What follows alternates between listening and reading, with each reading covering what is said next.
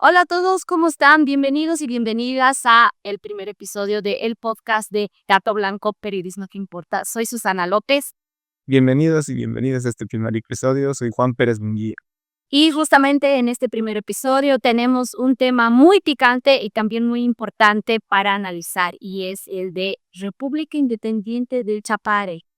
En un tiempo preelectoral en el que es importante conocer los contextos políticos e históricos del trópico de Cochabamba. Para ello tenemos a invitados de lujo, a Blari Torres y a Robert Brogman. Gracias por estar aquí. Un verdadero placer estar aquí. Es un privilegio compartir pantalla con Juan, con Susana y con Blari. Bueno, un gusto. Gracias por invitarme. Un saludo a Robert, a Pérez y a toda su audiencia. Listo para debatir sobre un tema tan interesante e importante. Se va desplegando también para poder reprimir a las organizaciones sociales. ¡Vamos! No podemos ser gobernados por tantos corruptos. La crisis boliviana no parece tener fin.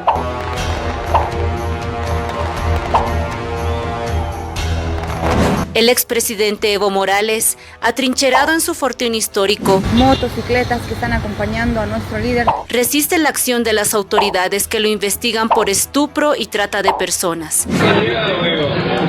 También me lo trae de cada sindicato. El juez ha determinado declarar la rebeldía del señor Juan Evo Morales, el arraigo a nivel nacional, la anotación preventiva de todos sus bienes y como asimismo expedir el mandamiento de aprehensión del ahora imputado Juan Evo Morales. E insiste en buscar una reelección inconstitucional. Opinión consultiva que no acepta, la elección indefinida, pero la elección discontinua es legal por constitución. Mientras sus partidarios amenazan con movilizaciones, bloqueos de carreteras y compulsión social. ¿Hasta dónde llegará esta situación?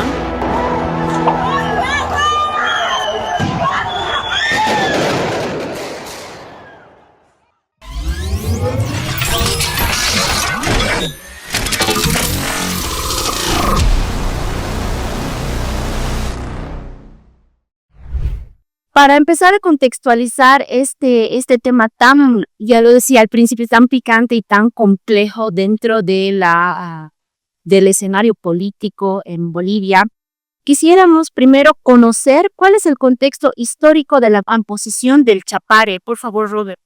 Y claro, bueno, el Chapare, mira, cuando yo era niño íbamos con mi abuelo al Chapare y era una región pristina de selvas y un lugar donde se decía el futuro de Bolivia está en este lugar, ¿no? Y bueno, todo cambia radicalmente a partir de mediados de 1980 con el decreto de la relocalización de los trabajadores mineros, donde decenas de miles de trabajadores mineros son despedidos de la Comibol debido al derrumbe del mercado del estaño. Se les da una indemnización y se les dice, bueno, eso sería todo, ahora búsquense la vida.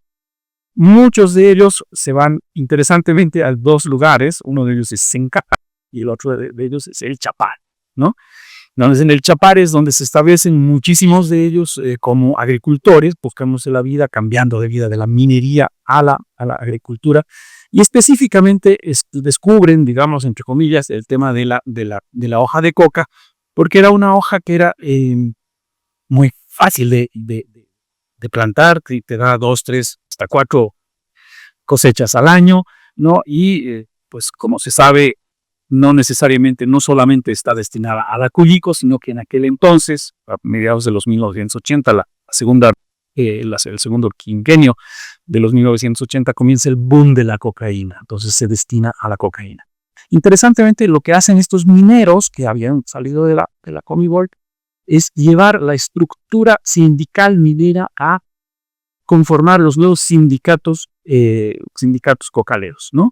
Entonces, lo que no había sido posible mediante la tesis de Pulacayo, que eran los mineros, la vanguardia obrera va a ser la que va a tomar el poder, lo van a lograr eventualmente los cocaleros, pero con la estructura sindical de los mineros, ¿no? Entonces, y se conforma todo este lugar geográfico que es el de Chapare, y tiene la base económica de la coca. Ahí tenemos las bases históricas, donde comienza el Chapare. Porque a lo largo de la década de los 90 es importante reconocer, ¿no?, que tiene un avance histórico-político, además, ¿no?, con el surgimiento de nuevos liderazgos, entre ellos el de Evo Morales, ¿no?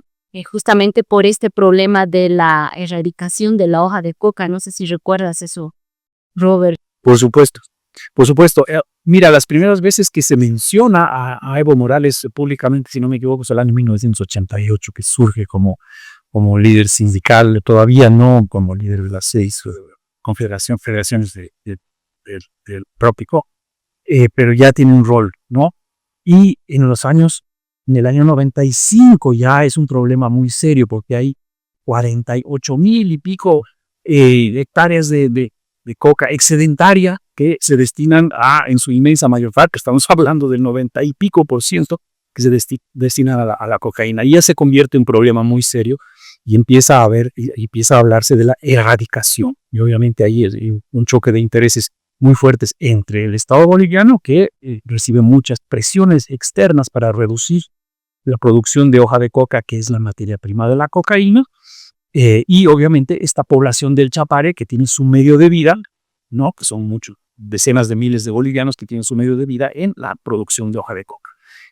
Inevitablemente va a haber choques violentos, muy sangrientos, que llegan a su pico con el gobierno democrático de Hugo Banzer entre el 97 y el 2001, donde hay efectivamente prácticamente es una zona de guerra, ¿no? Es una zona de guerra donde mueren decenas de cocaleros, se declara estado de sitio.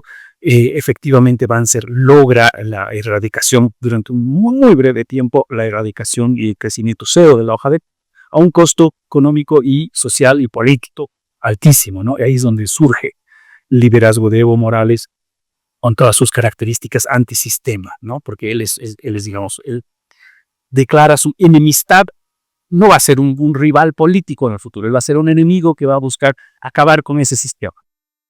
Vladi, haciendo hincapié también a lo que mencionaba Robert con respecto a esto de que ya ellos empiezan una pelea más frontal, por así decirlo, y se genera una serie de conflictos. Lo hemos conocido nosotros, pero muchos años después, el caso de las hermanas Terán, ¿no? Y en ese entonces la muerte de los esposos Andrade en los años 2000.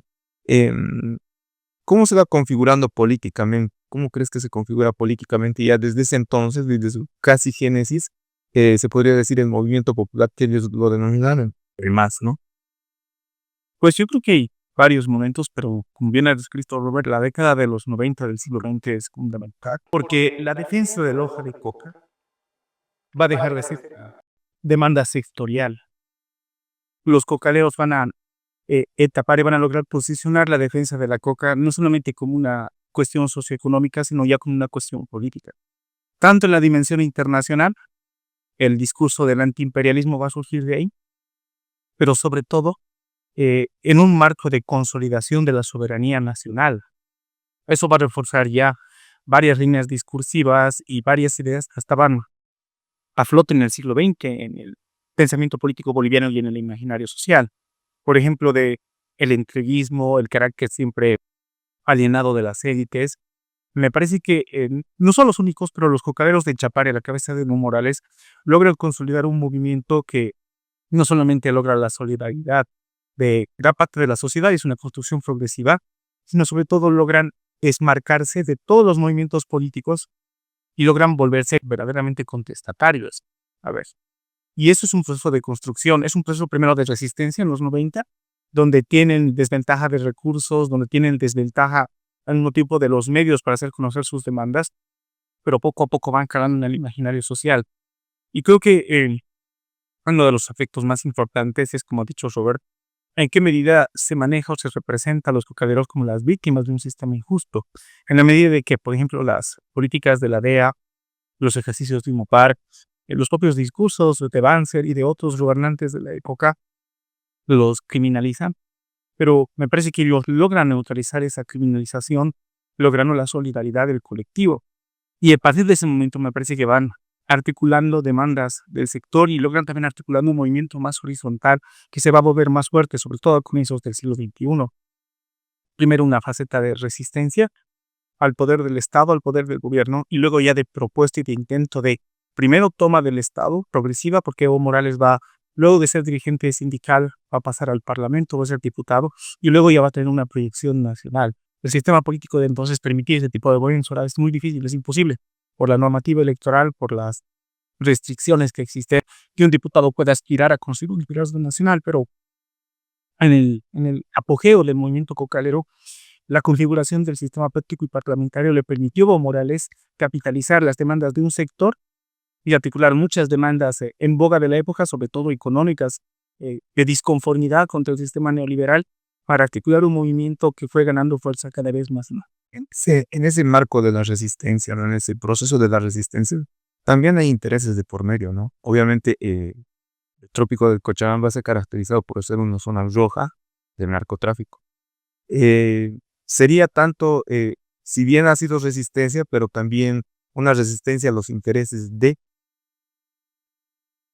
Por un lado, sí, estoy de acuerdo con esa lectura, porque una de las características de los cocaleros es que es un campesinado rico. A diferencia de otro tipo de campesinados, la hoja de coca tiene un mercado grande en Bolivia. Grande, es un tipo de economía muy sustentable. Y si eso se suma a la variable de narcotráfico que llega al país, la cocaína a mediados de los 80, como ha descrito Robert, se vuelve un negocio aún más redituable. Claro, tiene las posibilidades económicas y materiales para financiar un movimiento de esas características.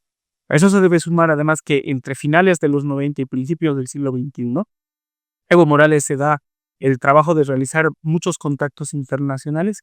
De hecho, los momentos más importantes, más álgidos de la guerra del gas, sobre todo, la guerra del agua, Evo Morales no está necesariamente en Bolivia, se encuentra haciendo una especie de tour por Europa tratando de reclutar financiamiento y logra muchos contactos en el extranjero que le permiten incrementar tanto su experiencia internacional aérea al movimiento que representa, como también conseguir más recursos para financiar el movimiento que está dirigiendo. A eso yo sumaría la disputa, las tensiones que han existido siempre entre el movimiento campesino internamente y también con otros actores políticos sociales de relevancia, ¿no? Por ejemplo, es muy ilustrativa recordar la pugna que existía entre el Maltu, Evo Morales en su momento, con Alejo Vélez y otros liderazgos que tratan precisamente de consolidar un movimiento, pero siempre bajo las claves gaudínistas y verticalistas que han caracterizado la cultura política y el sistema político de nuestro país.